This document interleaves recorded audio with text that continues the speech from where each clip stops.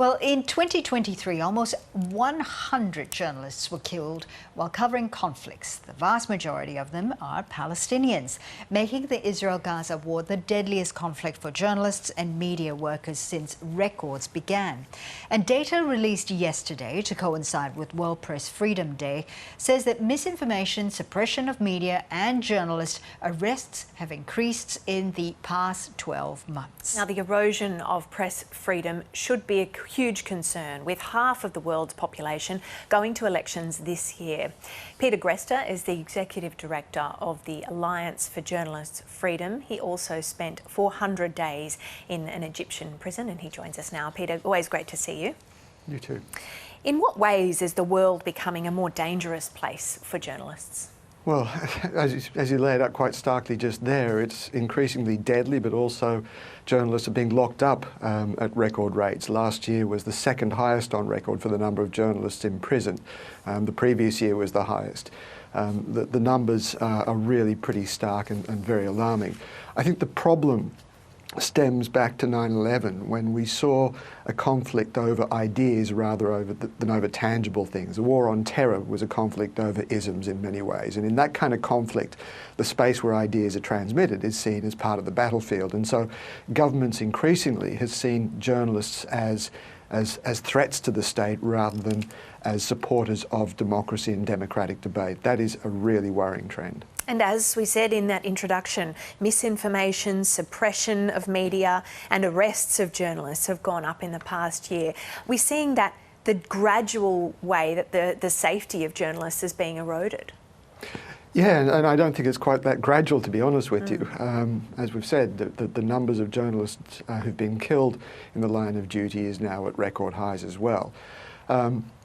Look, one other really alarming statistic comes from UNESCO.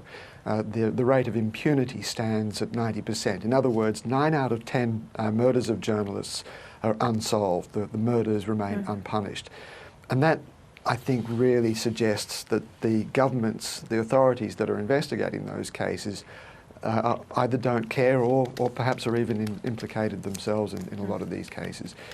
Either way, the problem is, and I think this is really important to remember, that while we're talking about the effect on journalists, it really is important for the public, for the consumers of journalism, because ultimately the reason we protect press freedom, the reason we celebrate World Press Freedom Day isn't for journalists, it's for the people that depend on good journalism for healthy, well-informed public debate. That's such a good point. And when you look around the world, what countries are you most concerned about that will not have the stories of their people being told because of this erosion of rights and freedoms and also the dangers?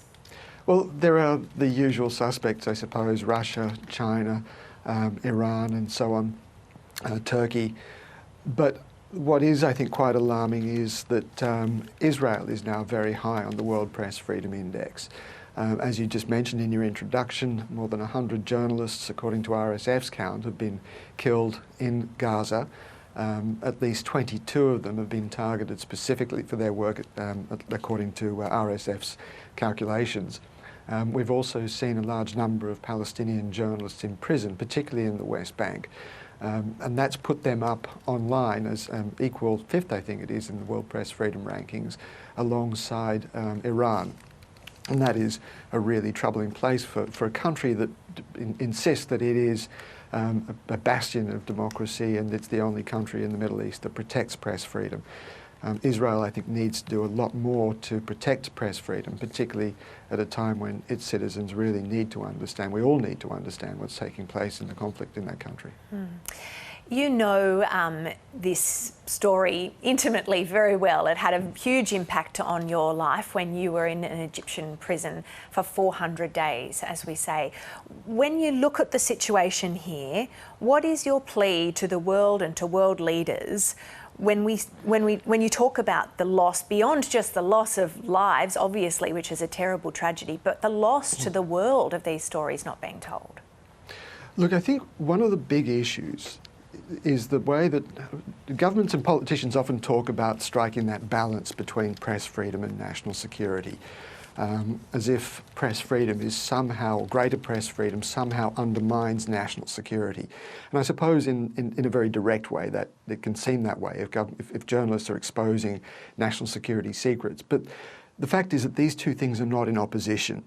There is a necessary tension between one party, one group, the governments and their agencies, which are often trying to suppress and maintain and hold on to secrets, and the other side, which is trying to expose secrets. But the fact is that a healthy media, a healthy, vibrant media, is a part of an effective, safe, healthy, well-informed democracy. You can't have a safe democracy, an effective democracy, without good journalism, and I think that is deeply troubling.